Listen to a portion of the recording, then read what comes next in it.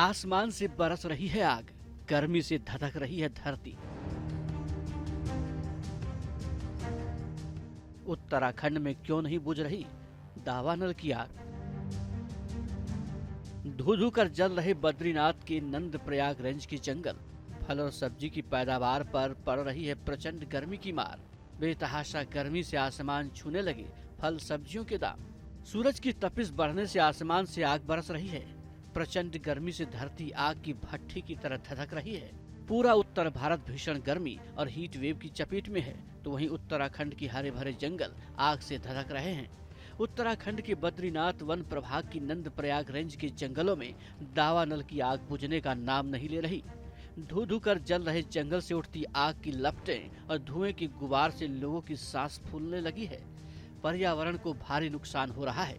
दावानल की आग से वन्य जीवों के अस्तित्व पर खतरा मंडराने लगा है।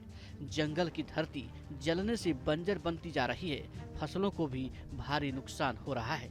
देश में भीषण गर्मी के असर से थोक मंडी में सब्जियों के साथ साथ फलों के दाम भी आसमान छूने लगे हैं। सब्जी मंडी में नींबू और अदरक का भाव 160 रुपये किलो पहुंच गया है।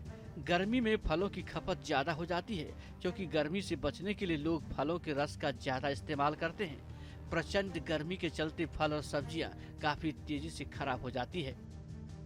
सप्लाई चेन और रिटेल दोनों अगर खुले में आसमान के नीचे हो रहा है तो मुझे लगता है 10 से 15% अगर ये 2-3-4 दिन टेम्परेचर मेंटेन रहा, 5 दिन मेंटेन रहा, तो 10 से 15% कीमतें बढ़ सकती हैं। बेतहाशा गर्मी की मार से फलों और सब्जियों के दाम आसमान छूने लगे हैं। दिल्ली की ओखला सब्जी मंडी में टमाटर, तुरई, लौकी, बैगन जैसे सब्जियों के दाम 15% से ज्यादा बढ़ गए हैं, तो अदरक की कीमत 40 से 50% बढ़कर आसमान छू रही है। गर्मी में मांग बढ़ने पर नींबू 200 रुपये किलो तक पहुँच गया है।